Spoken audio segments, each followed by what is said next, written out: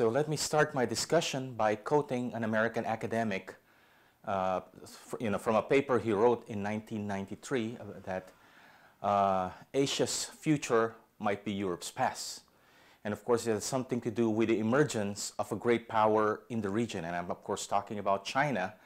And this great power, becoming the second largest economy in a matter of less than 2 decades, is very conscious of its comprehensive power. Now, its goal is to basically effect a territorial expansion into maritime East Asia.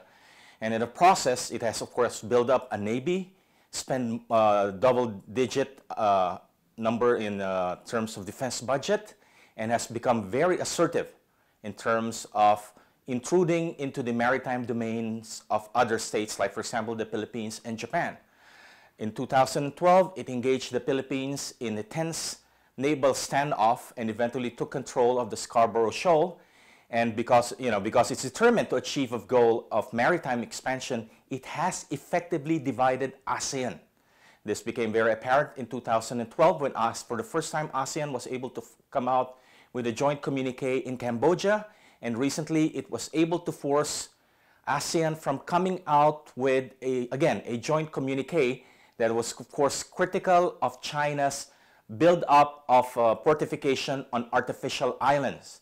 Recently, of course, China has conducted a joint maritime exercise with Russia, creating this threat of what I would call the Mackinder's nightmare, wherein, of course, you have the alliance of 2 Eurasian powers, Russia and China, effecting a maritime expansion, of course, in maritime East Asia, and at the same time also bankrolling Russia's expansion into Ukraine. So this is basically the greatest challenge to the region. Now, what has happened, of course, is you have the strategic rebalancing of the United States that was announced by President Obama in November 2011, was, of course, directed into constraining China's maritime expansion. The rebalancing would involve, of course, the transfer of 60% of U.S. naval forces from all over the world to East Asia. And of course, you have also the growing involvement of Japan. Japan has been alarmed by the fact that China has been very assertive, not only in the South China Sea, but also in the East China Sea, trying, of course, to acquire the Senkaku Islands. So Japan has responded by expanding its geostrategic competition with China by, of course, announcing recently that it will also conduct joint naval exercises with the United States in the South China Sea.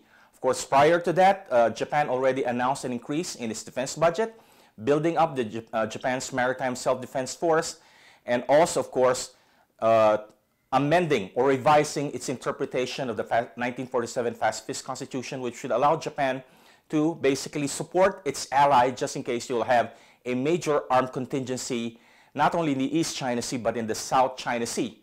So what has basically happened is that it's generated a strategic standoff in the South China Sea, where you have, of course, China trying to expand and 2 major naval powers, Japan and the United States, slowly watching and eventually will try to restrain China's maritime expansion, not only in the first island chain, but as far as the second island chain should, of course, be in the Marianas. So locked in this very dangerous strategic standoff are, of course, the small powers like the Philippines, Vietnam, and other ASEAN countries. Some of those powers have already balanced, like, for example, Vietnam and the Philippines have challenged China's maritime expansion, and some of them have, of course, appeased or have basically bandwagon with China. This is reflected, of course, in the recent foreign policies of the Philippines.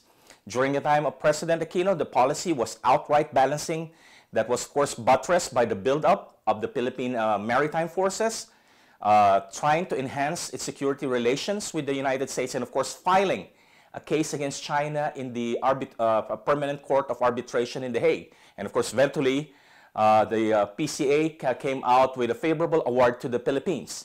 But recently, the Philippines has, of course, shifted back, has been applying a policy of accommodation, if not appeasement, to China. And this is reflected, of course, by the foreign policy of President Rodrigo Duterte that, of course, recently had visited China and tried to engage China in a bilateral negotiation. Whatever will, of course, be the actions of the Philippines is driven by one motive. It's trying basically to avoid what I would call the Thucydides curse. That big powers do what they have to do, the small powers would simply have to accept this fate. This is, of course, the challenge faced by the East Asian countries in this very dynamic region.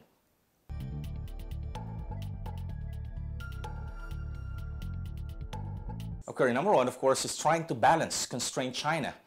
The transfer of American naval forces, Japan's build-up has basically created this strategic, what I would call strategic impasse or balance that, of course, has prevented China's maritime expansion but has not solved the South China Sea dispute.